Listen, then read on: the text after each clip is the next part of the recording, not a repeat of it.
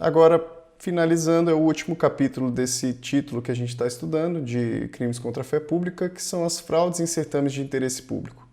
Certames de interesse público são os concursos públicos, são seleções que são utilizadas, são provas que são utilizadas para a seleção de pessoas. Então, são fraudes a esses concursos públicos, fraudes a provas, como um todo. Ele fala aqui, artigo 311-A, utilizar ou divulgar indevidamente com o fim de beneficiar a si ou a outrem ou de comprometer a credibilidade do certame conteúdo sigiloso. Então, utilizar-se desse conteúdo sigiloso indevidamente. Essa palavra aqui é importante, indevidamente. Com o fim de beneficiar a si ou a outrem ou de comprometer a credibilidade. De quê? De concurso público, avaliação ou exame público, processo seletivo para ingresso do ensino superior, que são os vestibulares, exame ou processo seletivo previsto em lei, reclusão de 1 a 4 anos e multa. Parágrafo 1º diz: nas mesmas penas incorre quem permite ou facilita por qualquer meio o acesso de pessoas não autorizadas às informações mencionadas no caput. Parágrafo 2º, se da ação ou omissão resulta dano à administração pública, aqui existe uma possibilidade grande de se existir um dano à administração pública, a depender do certame. Existe essa pena aqui de reclusão de 2 a 6 anos, é uma pena maior, tá bom? Aqui é de 1 a 4 anos e aqui de 2 a 6 anos. Então, o parágrafo 3º diz: aumenta-se a pena de 1/3 se o fato é cometido por funcionário público. Atenção aqui, ó, 1/3. É a única disposição aqui dos crimes contra a fé pública que fala que é 1/3 esse aumento de pena em razão do funcionário público. E aqui ele não está tratando se ele deve prevalecer-se do cargo,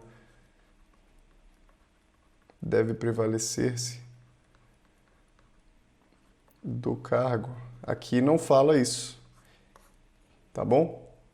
Então vamos tomar cuidado aqui com esse parágrafo 3º. Ele é importante porque ele é a única disposição que fala sobre 1/3 para o funcionário público.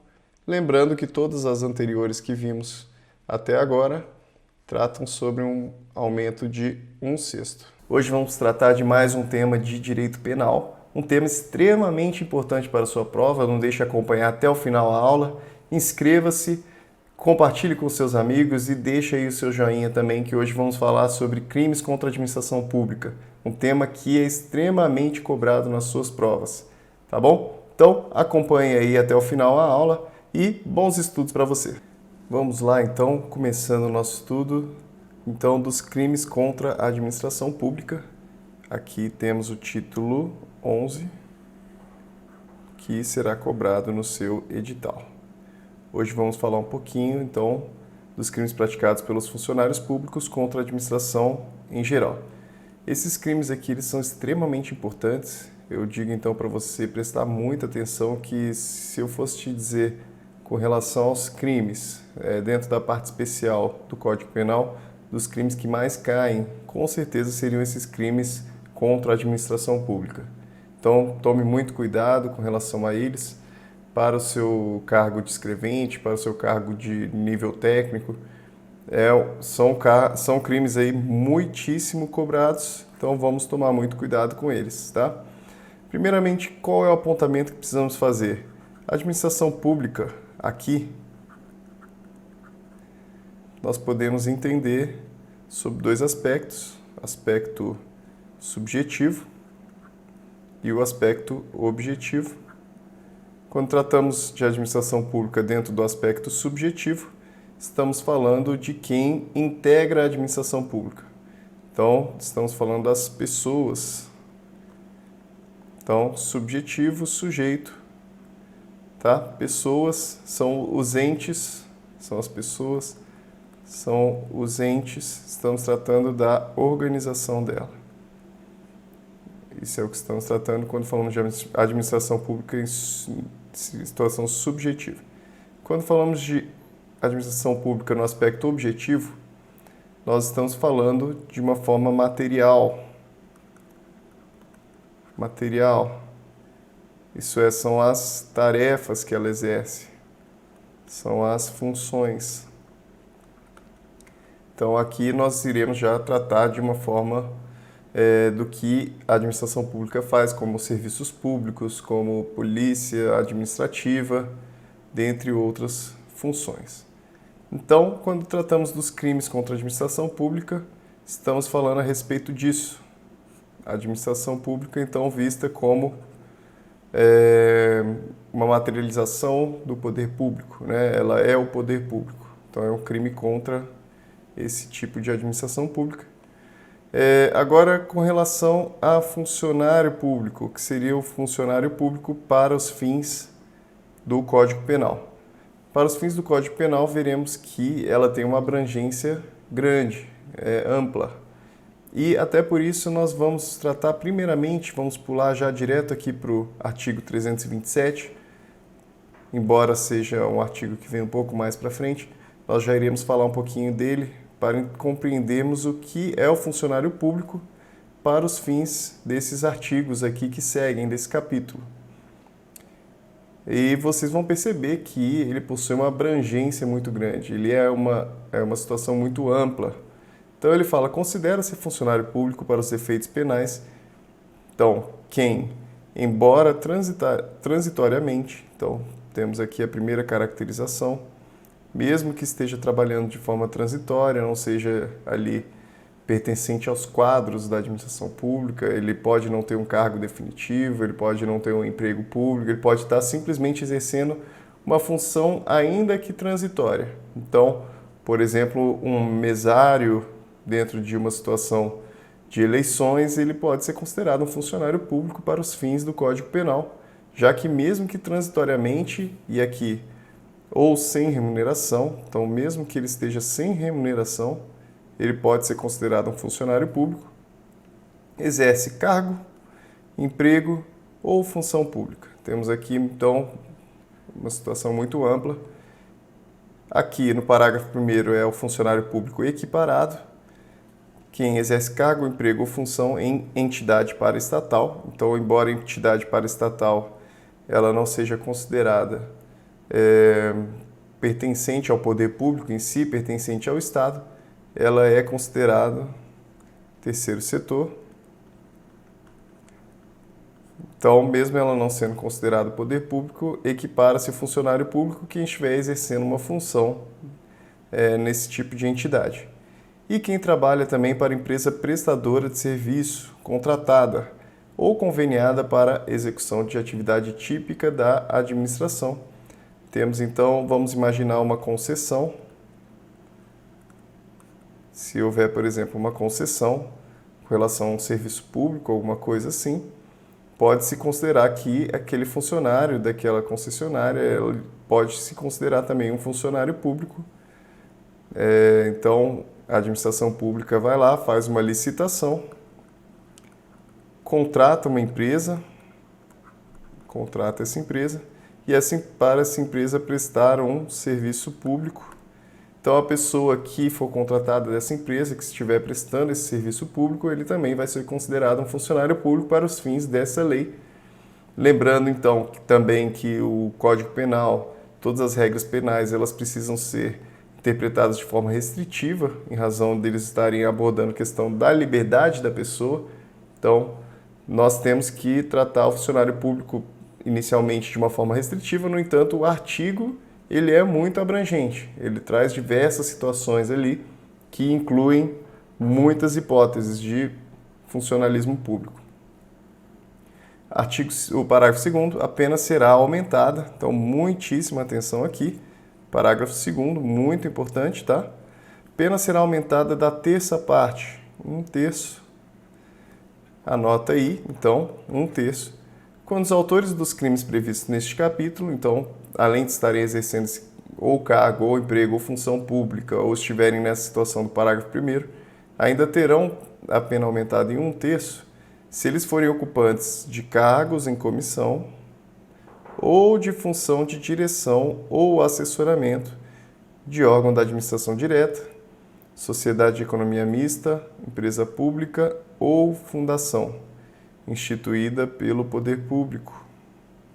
Então, muita atenção, órgão da administração direta, então trabalhando ali direto para um órgão da União, Estado, Distrito Federal e município, ou então estiver dentro desses órgãos, dentro desses entes da administração indireta.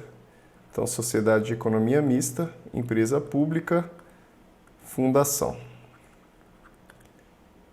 Então, muita atenção. Se estiver dentro desse cargo em comissão, que são aquelas, nós sabemos que são aquelas funções de direção, assessoramento. Então, cargos em comissão ou de função de direção ou assessoramento. Tá bom? Então, ainda que não possua um cargo, mas se ele estiver dentro dessa função, ele já se enquadraria nessa situação de 1/3. Isso daqui por quê, né? Por que existe esse aumento de pena de 1/3? Porque ele está em uma posição ali de chefia, tá? Ele está em uma posição em que ele está se aproveitando da acessibilidade que ele possui, da gestão de toda a organização administrativa. Ele possui muito mais meios, muito mais acesso de estar realizando esses crimes. Então, em razão da facilidade, em razão da influência que ele possui, existe esse aumento de 1/3. Então, agora vamos para os crimes, agora em espécie aqui, partido 312, tratando a respeito do peculato. Agora também, se formos falar a respeito de um crime que eu diria que é muito importante para a sua prova, é o peculato, possivelmente um dos mais importantes. Vocês verão aqui por que ele é um dos mais importantes. Primeiramente, vamos compreender que o peculato ele é subdividido. Podemos falar em peculato apropriação, peculato desvio e peculato furto. Ainda podemos também falar sobre peculato culposo, peculato por erro de outrem. Então, nós iremos tratar a respeito de todas essas espécies e vocês verão que o peculato é uma hipótese extremamente importante aqui, que precisamos prestar muita atenção, tá bom? Então, vamos lá. Começando então sobre o peculato apropriação. Está aqui um dos verbos. Apropriar-se o funcionário público de dinheiro, valor ou qualquer outro bem imóvel, público ou particular. Temos aqui então tanto público ou particular e aqui o essencial de que tem a posse em razão do cargo, tá? Então ele possui a posse em razão do cargo, ele pode ser um bem público, pode ser um bem particular e ele não poderia pegar aquele bem para si e ele pega aquele bem para si, então ele se apropria daquilo, tá? Então ele tem posse daquilo em razão do cargo que ele está exercendo. Ou desviá-lo, então temos aqui a outra espécie de peculato, peculato apropriação e agora peculato desvio. Então ele pode tanto se apropriar como ele pode desviar aquilo em proveito próprio ou alheio. Então, tanto para ele mesmo quanto para um terceiro. Reclusão de 2 a 12 anos e multa.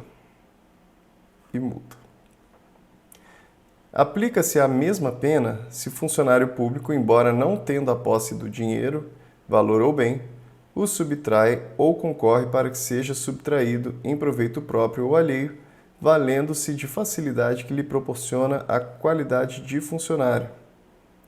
Então, ainda que ele não possua aquilo, ainda que ele não tenha posse do dinheiro, valor ou bem, ele subtrai. Então, temos aqui mais uma espécie, né, de peculato, que é o peculato furto.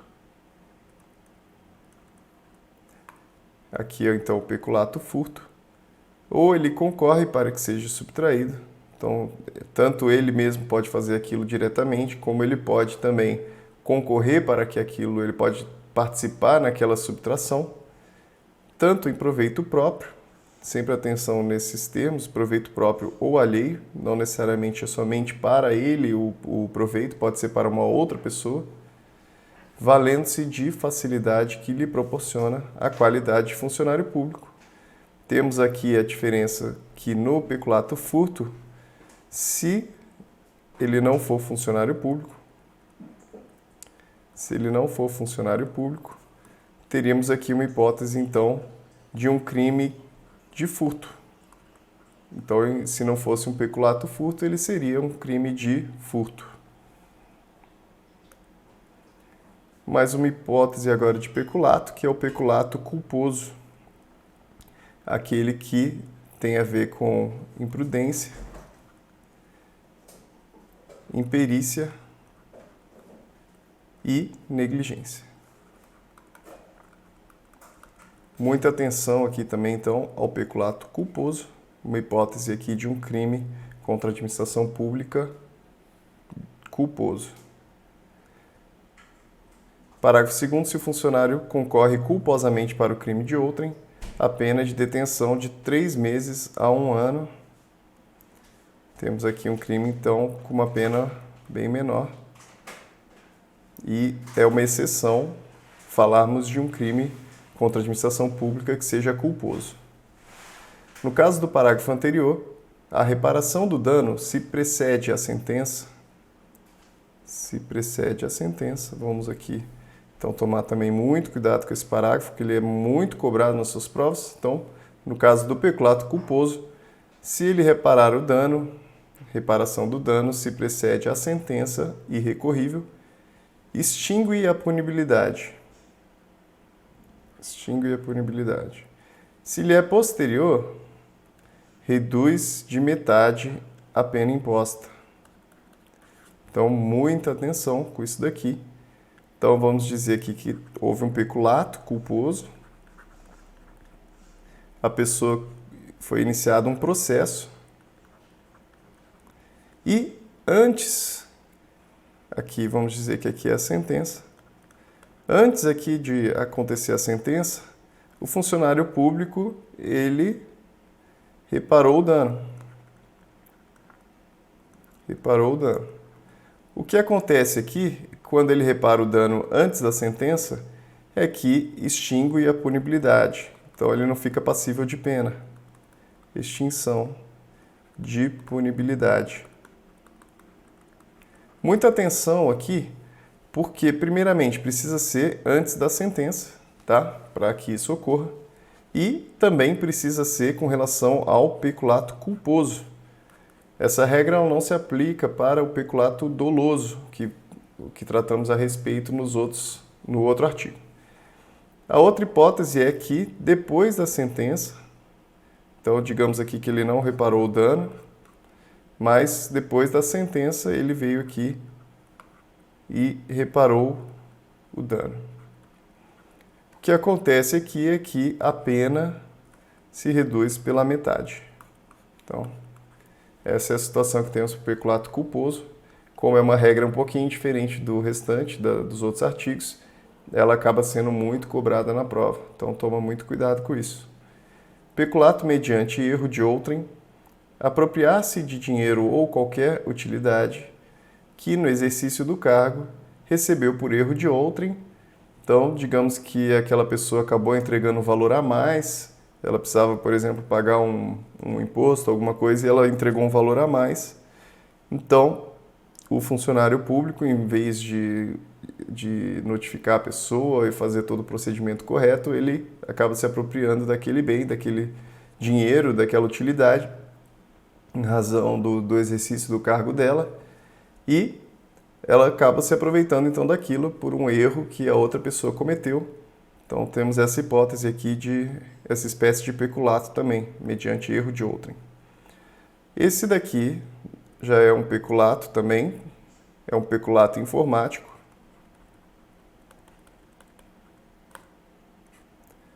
Mais uma hipótese aí importante para a sua prova, já em razão também das evoluções tecnológicas que temos tido. Então, acaba sendo sempre importante entendermos bem esse tipo de artigo. Então, inserir ou facilitar funcionário autorizado. Então, primeiro aqui temos que o funcionário ele é autorizado a mexer naquelas informações.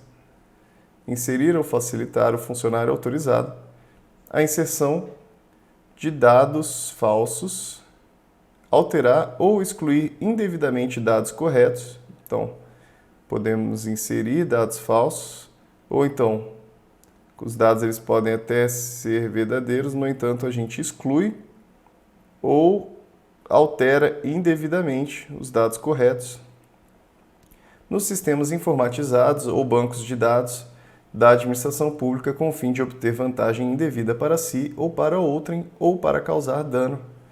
Essa, então, é a hipótese de inserção de dados falsos em sistema de informação. Inicialmente, essas disposições elas vieram dentro dessa lei que tentava recrudescer o combate ali a situações que invadiam a previdência social, a previdência pública, e em razão disso eles trouxeram esses dispositivos. No entanto, aqui ele é amplo, tá? Não se aplica somente para a questão da previdência, mas sim banco de dados de uma forma ampla, traz aqui o artigo, ele não se restringe à previdência. Aqui é outra hipótese, então aqui nós falamos sobre um funcionário que ele é autorizado a mexer naquilo, no entanto ele insere de forma falsa, então reclusão de 2 a 12 anos, ele é um funcionário autorizado. Aqui na outra hipótese temos que é uma modificação ou alteração não autorizada de sistema de informações. Então, modificar ou alterar o funcionário, sistema de informações ou programa de informática sem autorização ou solicitação de autoridade competente. Temos então aqui a grande diferença com relação ao artigo anterior, é que esse funcionário ele já não possui essa autorização ou não possui a solicitação de autoridade competente que faria com que ele tivesse autorização. Então, no fim das contas, resume-se a isso, né? Funcionário sem autorização. A mesma ideia também do peculato informático. Aqui temos que é uma pena menor, 3 meses a 2 anos. As penas são aumentadas de 1/3 até a metade, se da modificação ou alteração resulta dano para a administração pública ou para o administrado. Então, se resulta dano, quando resulta dano.